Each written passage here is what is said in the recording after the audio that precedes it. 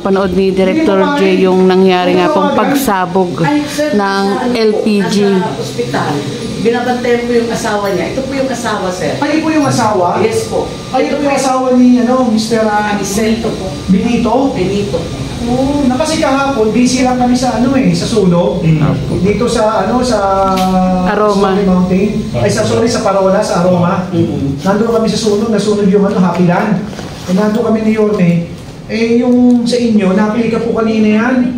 Tapos nanawagan yung sa anak ko ba yun? Kasi pangalan mo? Nagbabantay po sa papa niya. Sa papa niya ngayon? Anong ospital yung tumanggi sa inyo? Wala po lumabas na nurse.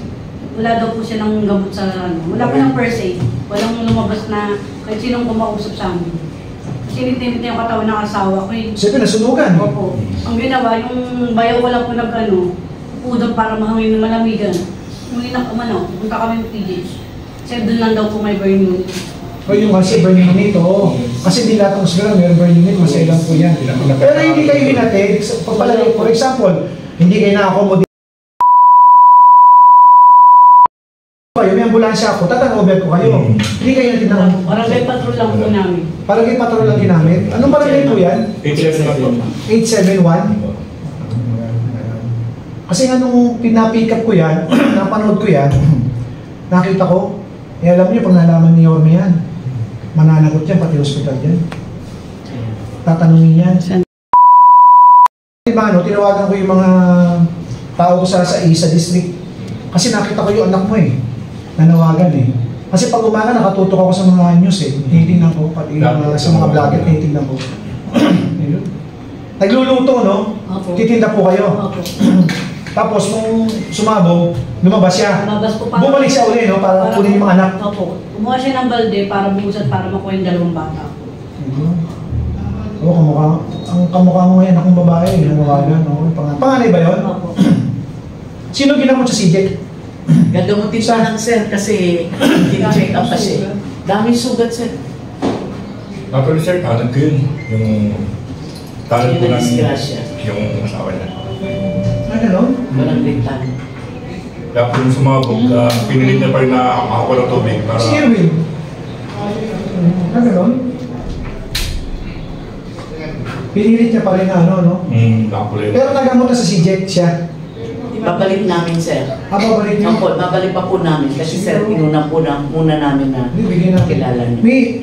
May bibigay ako konting tulong lang. Alam mo, may dala ka ba sakyan?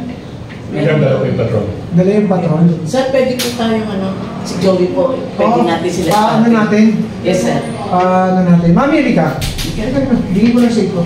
Ito, ano ba ito? Hygiene. Galing sa DSWD yan Tapos ito, sleeping kit kasi nasunugan kayo, di ba? Kitira po sila ngayon sa Tapos bibigyan din kita ng DSWD. Ito, food box to. Food box tsaka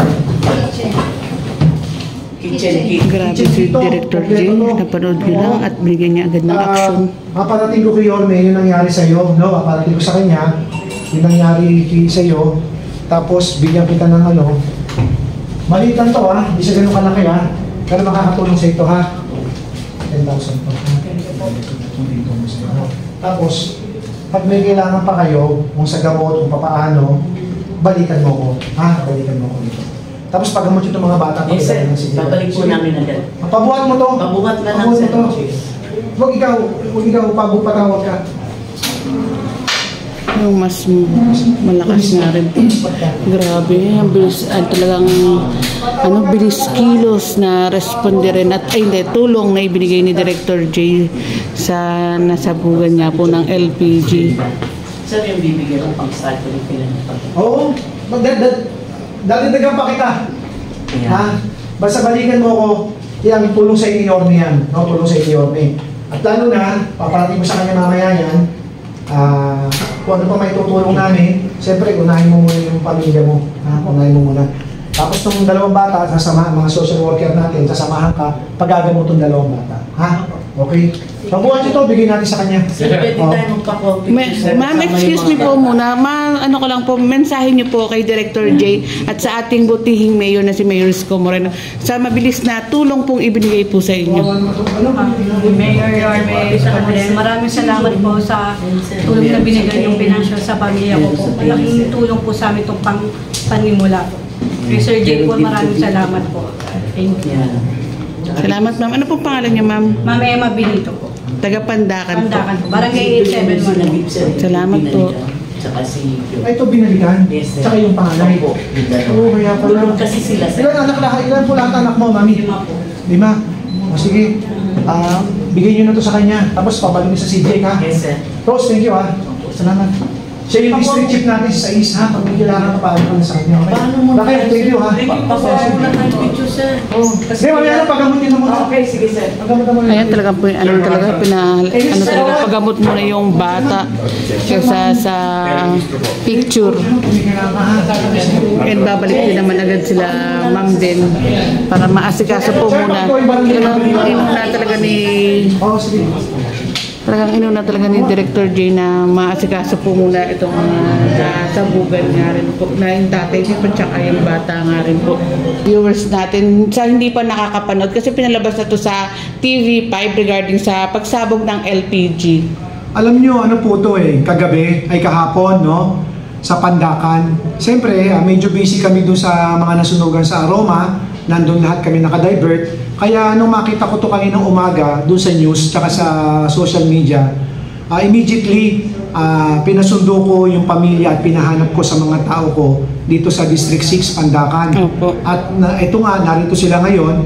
Nakita natin yung bata pala na isa hindi pa nagagamot, kaya ginagamot ngayon dito sa Manila Health natin sa CJIC sa clinic. At yung pamilya naman, pinabigyan ko ng agarang tulong pinansyal ng 10,000 pandagdag sa mga gamot nila at binigyan ko ng mga ilang pangangailangan nila ng sleeping kit, hygiene kit, mga food box, pati yung mga damit na kailangan nila kasi nasunugan sila pati kitchen kit na meron sila magagamit.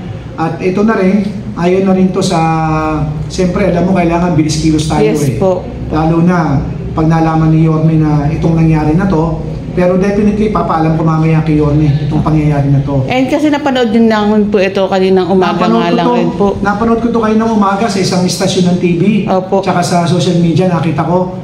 Kaya ako naman, siyempre, nung makita ko, kasi yung tatay, nung sumabog yung LPG, lumabas ng bahay. Opo. Pero nung naalala niya, meron siyang 2 anak na natutulog pa, binalikan niya ngayon. Biro mo, nakaligtas na siya, no? Pero bumalik pa rin siya. Kaya ngayon, 97% sunog yung buong katawan ng tatay na nasa ngayon, Philippine General Hospital sa PGH. And saludo at salamat din sa iyo, Director J, na napakabilis mo pong nagbigay din ng tulong dun sa nasabugan. And dun sa bata rin po na napanood din po ninyo na nangingi ng tulong, yung anak po. Maraming salamat din sa iyo, Busilak. Tsaka siyempre, alam mo naman, sa administrasyon ni Yorme Isko, kailangan mabilis tayo gumalaw, at mabilis tayo magbigay na resulta, lalo na doon sa mga walang-wala at nangangailangan. Opo. And Sir Jay, meron ka bang paalala sa pag-iingat nga rin po sa ating mga kababayan tulad ng nangyari na LPG na sumabog nga po? Sa ating mga kababayan, unang-una yung mga gumagamit ng LPG, ng mga gas o ano, lalo na yung mga may tindahan na maliliit o mga nagluluto, maging maingat po tayo. Siguraduhin po natin na nakasara, na mahigpit kung di gagamitin at alerto po tayo, pakiramdaman natin, baka may sumisingaw na amoy natin, immediately humingi kagad tayo ng tulong sa mga kapitbahay natin o sa barangay na matulungan tayo kung meron kayong palagay ninyo na pwedeng pagsimulan ng isang hindi magandang pangyayari. At ako naman, nananawagan ako dun sa mga barangay natin, sa mga kapitbahay natin sa Maynila, pag meron po kayong alam na naging biktima ng isang sitwasyon na pangit o aksidente at walang-wala yung pamilya at yung kamag-anak, ipagbigay alam niyo po sa tanggapan ko dito po sa Manila City Hall at kami po ni Yorme Isko i-action kagad at magbibigay na agarang tulong. Panawagan po sa mga ospital na tumatanggi po sa mga pasyente. Doon sa mga ospital, kasi sabi niya, di umano, meron silang pinuntahang isang ospital, no? Na tinanggihan sila kasi alam naman natin, hindi lahat ng ospital merong bird unit sa mga nasunugan.